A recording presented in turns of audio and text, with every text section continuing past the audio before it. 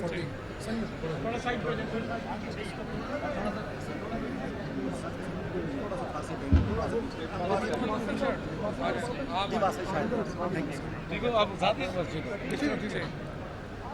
بسم اللہ الرحمن الرحیم. سب سے پہلے بڑی خوبصورت یہاں کیلیگرافی کی ایک ایگزیبیشن ہے.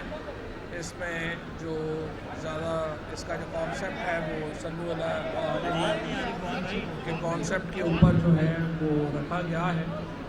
اور ظاہر ہے کہ کیلیگرافی جو ہے وہ بہت اسلامک آرٹ میں اس کی بڑی اہمیت ہے.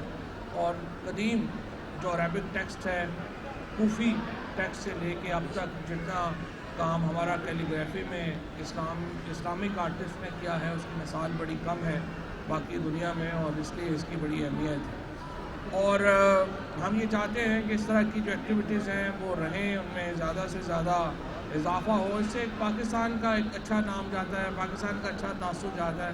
یہ نہیں کہ ہر وقت ہم ایک لگے کہ پاکستان میں پتہ نہیں کیا ہو رہا ہے. جیسے ابھی بھی آپ دیکھتے ہیں کہ اگر ہم پاکستان میں نارمیلسی کی طرف جا رہے ہیں تو یہ جو ایگزیبیشنز ہیں, یہ جو نمائشیں ہیں, یہ اظہار ہیں اس نارمیلسی کا جس کی طرف ہم جانا چاہتے ہیں, ایک امن کا جو ایک نشان ہے اس طرف ہم جانا چاہتے ہیں. اور اسی لیے اپوزیشن کو بھی ہم نے یہ بات کہی ہے, اور آج بھی میں نے یہ بات کہی ہے کہ اگر آپ ہر وقت احتجاج کرنا چاہتے ہیں, اگر آپ چاہتے ہیں کہ آپ کو کیسز میں ہی ریلیف ملے تو پھر آپ کی مرضی ہے. ادروائز آپ آئیے, آپ ہمارے ساتھ بیٹھیے, الیکٹورل ریفارمز کے اوپر بات کریے, آپ ہمارے ساتھ بیٹھیے, معیشت کے اوپر بات کریے. آپ کو یہ سارے کہتے ہوئے تو ملیں گے کہ بڑی مہنگائی ہو گئی ہے, لیکن مہنگائی کیوں ہوئی ہے اور مہنگائی کو کیسے کم کرنا ہے اس کا جواب اپوزیشن کے پاس نہیں ہے. صرف سیاسی نعرے لگانے سے معاملہ کافی حل نہیں ہوگا. اور اگر آپ سمجھتے ہیں کہ آپ کے پاس تجاویز ہیں آپ شو کریں. باقی جس طرح سے میں نے آج بھی عرض کیا, اپوزیشن کو ہم موقع دے رہے ہیں کہ گلیوں میں بازاروں میں کھجل خراب نہ ہوتے پھرے, ہمارے ساتھ بیٹھ کے بھی بات کر لیں. ادروائز اگر ان کو شوق ہے کہ انہوں نے ایک پورا ایکٹیویٹی کرنی ہے, ایک ان کو شوق ہے کہ انہوں نے پورا اپنے آپ کو بیڑا ہی غرق کرنا ہے اور لوگوں کو بھی تھکانا ہے اور نقصان ہی پہنچانا ہے, پھر ان کی مرضی ہے. اتنے بڑے وہ پہلوان نہیں ہیں, عمران خان کو وہ شکست نہیں دے سکتے, نہ ہی ان کی اس وقت کو پبلک اپیل ہے. وہ لوگ بھی جن کا جو حکومت پہ تنقید کرتے ہیں, جن کا خیال ہے کہ حکومت کی پرفارمنس اچھی نہیں ہے, وہ لوگ بھی نواز شریف, زرداری, بلاول یا مریم کے حوالے پاکستان کرنے کو تیار نہیں ہے. آپ جو تحریک چلا رہے ہیں لوگوں کو اچھی طرح پتہ ہے کہ سوائے اس کے کہ آپ کے مقدموں میں ایک ریلیف مل جائے, اس کے علاوہ لوگوں کے معاملات سے اس کا کوئی تعلق نہیں ہے. لہٰذا آپ نے دیکھا کہ گجرانوالہ میں جتنا برا جلسہ ہوا, وہ ایک سمجھیے کہ 14 وہاں سے ایم پی ایز ہیں, 6 ایم این ایز ہیں پی ایم ایل این کے, تو اتنی زیادہ تعداد میں وہاں پر ان کے لوگ منتخب ہوئے. اس کے باوجود وہ جلسہ جتنا ناکام ہوا, اس سے آپ اندازہ لگا سکتے ہیں کہ ابھی کسی آدمی کو بھی یہ دلچسپی نہیں ہے کہ پی ایم ایل این کی اس تحریک سے. اور اس کا جو بیانیہ جس طریقے سے دیا جا رہا ہے, جیسے میں نے آج اسمبلی میں بھی بات کی ہے کہ وہ لوگ جو پاکستان کے محبت کرنے والے لوگ ہیں, پاکستان کو ایک آگے جاتے ہوئے دیکھنے والے لوگ ہیں, وہ اس بیانیے سے متفق نہیں ہو سکتے. اپوزیشن کو چاہیے اپنی جو ان کی سیاست ہے اس کے اوپر نظر ثانی کریں, مقدمات سے خود کو علیحدہ کریں, جن کا مقدمے ہیں وہ ان کو خود لڑنے دیں, اور سیاسی طور کے اوپر ملک کو آگے چلائیں. یہ اگر ہم نے یہی تماشا بنا لیا, یہ تو بڑا ہی غلط پریسیڈنٹ ہوگا کہ آپ گورنمنٹ کو اس طرح سے, اگر پاکستان میں حکومتیں تبدیل ہونا شروع ہو جائیں اور اس طرح سے آپ فوج کے اوپر تنقید شروع کر دیں, عدلیہ کے اوپر تنقید شروع کر دیں. ہم نے کوئی جنگل کا ملک تو نہیں بنانا یہاں پہ.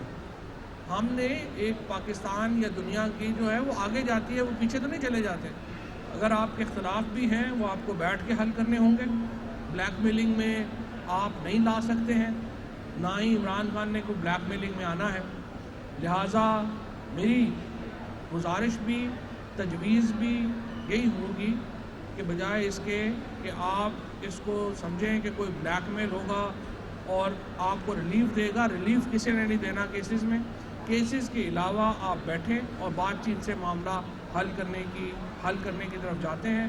ہم کھلے دل سے آپ کی باتیں سنیں گے, آپ کھلے دل سے ہماری باتیں سنیں. بہت شکریہ. ایاز صادق صاحب نے کل جو بیان دیا ہے اسمبلی کے فلور میں, آج اس حوالے سے ان کی تردید بھی کی, لیکن جو انٹرنیشنل میڈیا میں امپریشن آیا ملک اور افراد کا, اس حوالے سے اب کیا کہیں گے؟ دیکھیں, پہلی بات یہ ہے کہ ایاز صادق ہوں, محمود اچکزئی ہوں, باقی ان کی جو لیڈرشپ ہے وہ ہو, اس کی طرف سے جو بیانیہ جا رہا ہے وہ اصل میں وہ حکومت کو, ریاست کو آپس میں انہوں نے گڈمڈ کر دیا.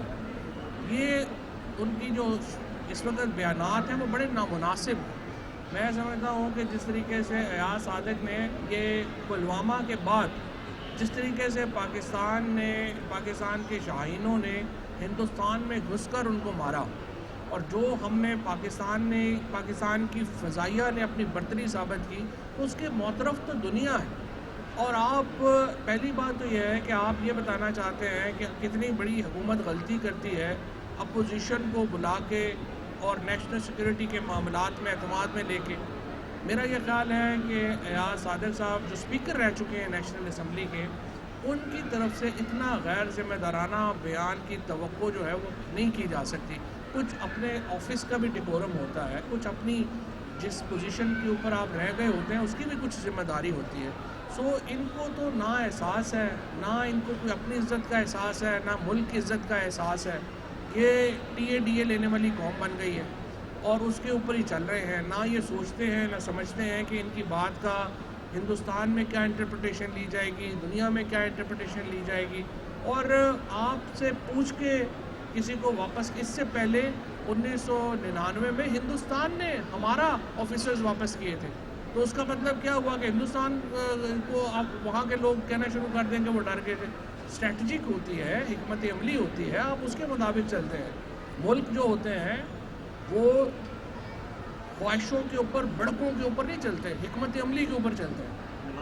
اور ہمارا جو نیریٹو تھا, ہمارا جو بیانیہ تھا پلوامہ کے بعد, وہ ہمارا نیریٹو پوری دنیا میں ایکسیپٹ ہوا ہے.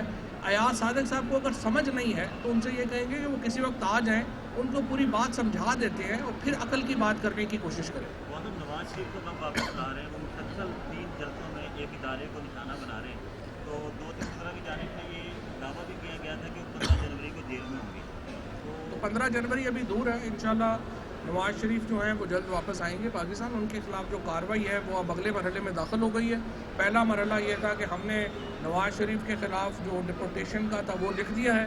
اب اس کے اوپر برطانوی جو فارن آفس ہے, ہوم آفس ہے, اس کے اندر کنسلٹیشن شروع ہو گئی ہے. اور مجھے پوری امید ہے کہ برطانیہ کا جو نظام انصاف ہے وہ پاکستان کے نظام انصاف کا احترام کرے گا اور نواز شریف کو پاکستان واپس ڈپورٹ کیا جائے.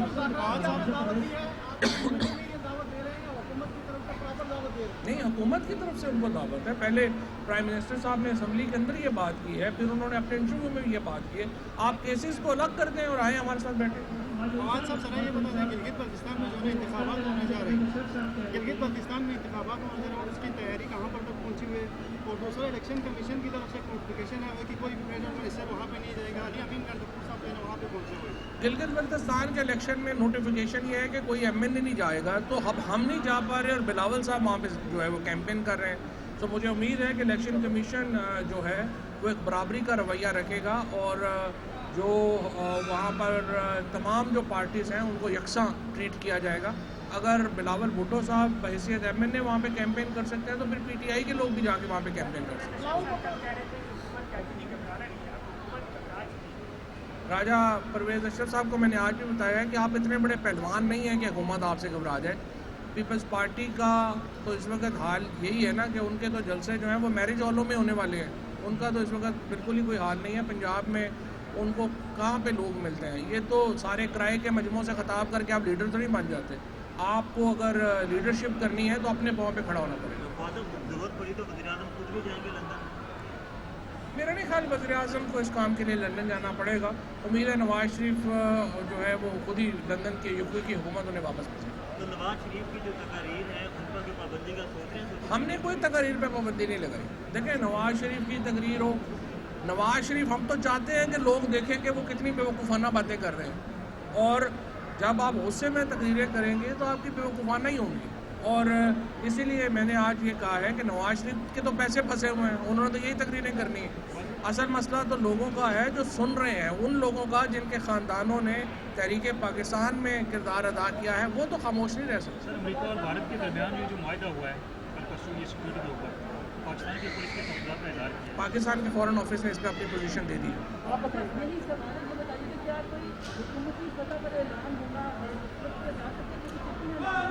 کس طرح؟ ہاں ہمارے جو دیکھیے رسول اللہ صلی اللہ علیہ وسلم کی جو عزت اور احترام ہے وہ کوئی مسلمانوں کا خالی پرابلم نہیں ہے، وہ کائنات کے ہر ذرے کے اوپر فرض ہے. محمد مصطفیٰ صلی اللہ علیہ وسلم رحمت للعالمین، اس کے لیے کوئی یہ جو پرائم منسٹر صاحب نے جو ایفرٹ کی ہے جس میں ہم کہہ رہے ہیں کہ سارے جو ہمارے مسلم ممالک کے سربراہان ہیں وہ اس میں آئیں اور اکٹھے ہو کے بات کریں، وہ اس لیے کر رہے ہیں تاکہ یورپ کو سمجھایا جا سکے کہ ہمیں تکلیف ہے کیوں. اور مسلمان جب عقیدے کی بات کرتے ہیں تو خاتم النبیین رسول اللہ صلی اللہ علیہ وسلم کا جو احترام ہے، جو ان کا عشق ہے، عشق رسول کے بغیر تو ہمارا ایمان نہیں ہے. لہٰذا وہ نقطہ جو ہے وہ غیر مسلموں کو بھی سمجھانا ضروری ہے تاکہ ان کو بھی سمجھ آئے کہ وہ جو کچھ باقی مذاہب کے ساتھ کر سکتے ہیں وہ ہمارے مذہب کے ساتھ اور ہمارے پیغمبر کے ساتھ وہ نہیں اس طرح سے کر سکتے. اس لیے یہ نقطہ سمجھانا ضروری ہے. شکریہ. سر ایک پینٹنگ آپ کو پیش تھوڑا سا فاصلہ کر دیں.